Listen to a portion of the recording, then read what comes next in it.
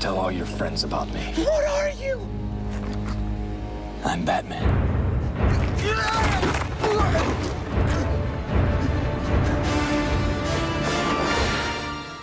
And just like that, the way the world looked at Batman was changed forever.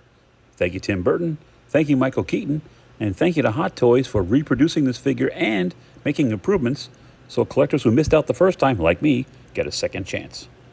Today we are finally taking a look at the highly anticipated and very controversial MMS 692, the Batman, 89 Batman, Michael Keaton 2.0 from Hot Toys. This figure has been very much discussed in the community. A lot of people are hating on this figure. I'm not really sure why. We're going to find out. And I'm just giving you a quick little spin around of the box. This is the basic version. I didn't get the deluxe with the giant 13-inch gargoyle.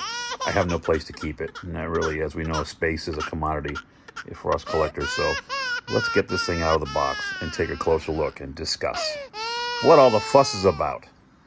So here he is on the turntable, stationary for now. No complaints out of the box, okay? I know there's a lot of things. We're going to talk about the figure last. First thing we have to go over, because it's Batman, is all of his accessories. So I'll show you, give you a quick look at everything. I'm not going to take everything out of the tray here because it's just so much. But you do get these two poles that feed into the slots on the cape so that he can spread it out wide and do that kind of a shot from the beginning of the movie when he came down, you know, behind the bandits on the rooftop there. There's the Batarang. That's the folding Batarang that he flipped out and caught that guy in the opening scene there. What else you got in there?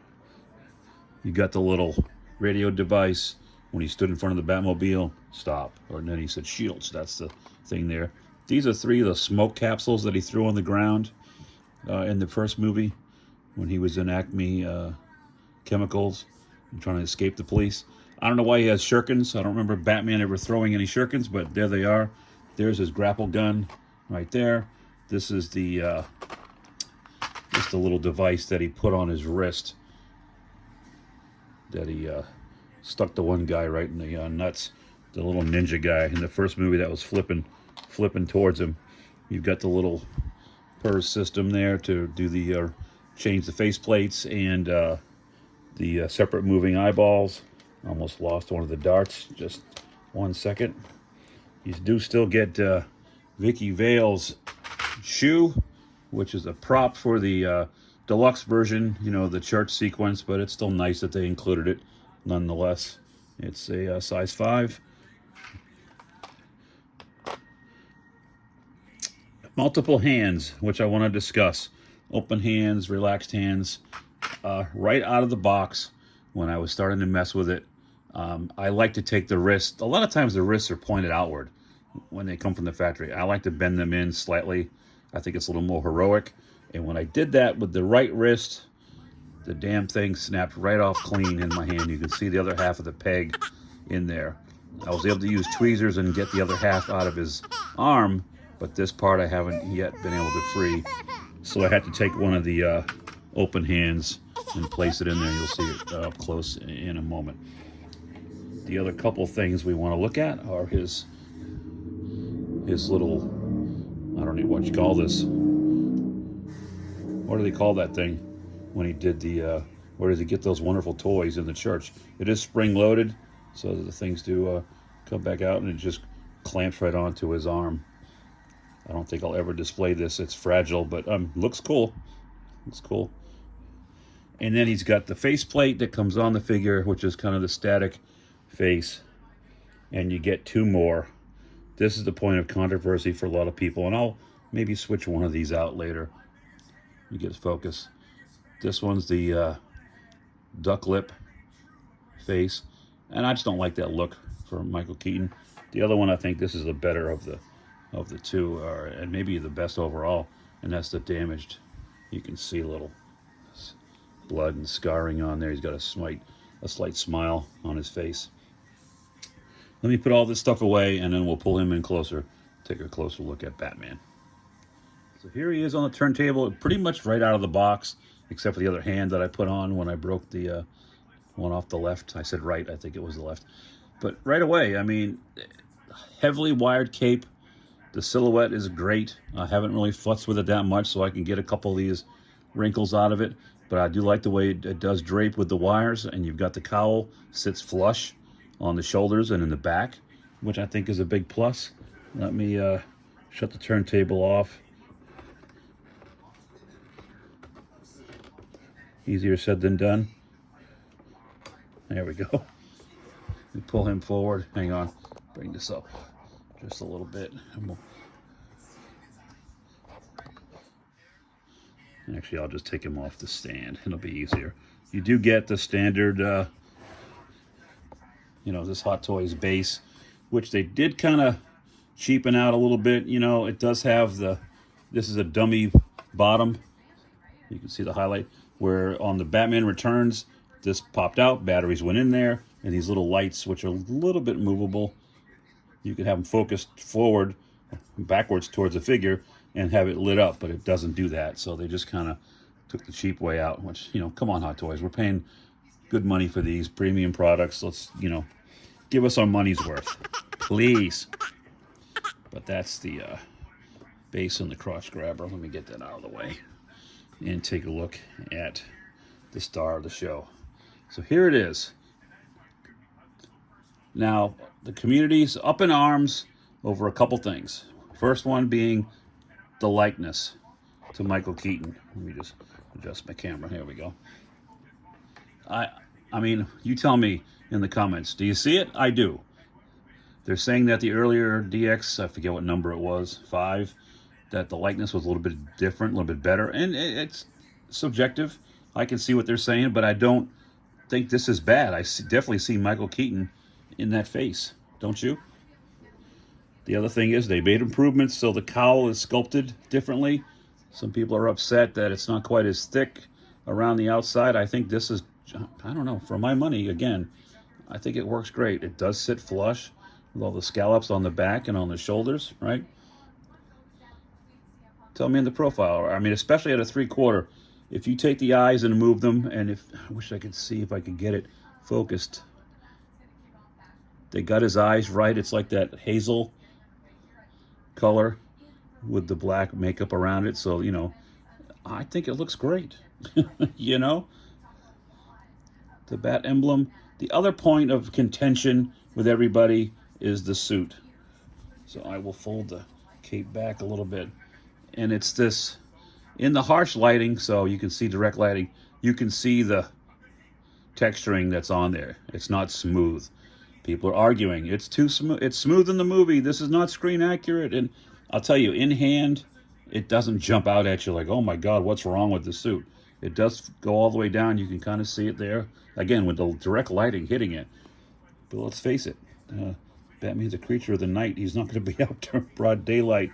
And your figure probably won't be lit that way either. So I don't see any problem with it myself. There's also people whining about the color of the utility belt, that it should be a more almost copper, kind of a wash over it. If you don't like it, then don't order it. Cancel your pre-orders if you haven't got it shipped already. Or if you're a customizer, fix it. But I just can't stand all the bitching and moaning and whining about this figure. It's almost like it's a waste of money. Well, then don't spend your money. You have a choice, people.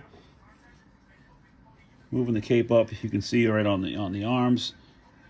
More of that texturing, but again, this is going to be almost covered almost all the time. And the wire is heavy, and it's throughout.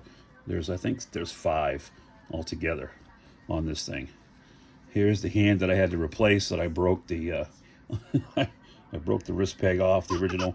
These scallops are pointy and tough plastic, so be careful, be mindful of that. I'll flip this thing up a little bit and get you a look at the back. Again, there's kind of these 2 little pads almost where his shoulder blades would go, and you can see that texturing here as well, but it doesn't take away from the figure to me. I'm sorry, it just doesn't ruin it for me like it is to somebody. Some of these guys are just killing this figure. Moving on down to the boots, it's you do have a little bit of range of motion, and that's something I'll go over next. This figure, just because of the kind of suit that it is, you're going to have limited. You know, just like the real suit, he can't really bend his neck. You can twist it a little bit, and you do have a little bit of a waist swivel there. So if you wanted to do that, you know, and again, this arm is tough. It's tough. Put some stress on the outfit, which I don't really want to do over time. So I want to keep this down. You do have a bend, double bend in the elbow, which is good. As far as the torso goes, you hear it click forward, but it does bunch up a little bit, and I'm just going to keep him straight. It's nice to hear that little ratchet inside there. That's good to know. As far as the legs go, you're not going to get a lot. It is ratcheted. See, I don't know if you can hear it clicking. So get about 4. I guess there might be a 5th, but I'm not going to. But see, it does bunch right there. And then with the knee, you know, a nice bend. I like that the legs are solid and they'll hold the pose. As far as splitting out, you get about to there, and it clicks again. You can't quite hear it, but so you can do a little bit of dynamic posing with this figure if you want to. I don't know. I'm happy.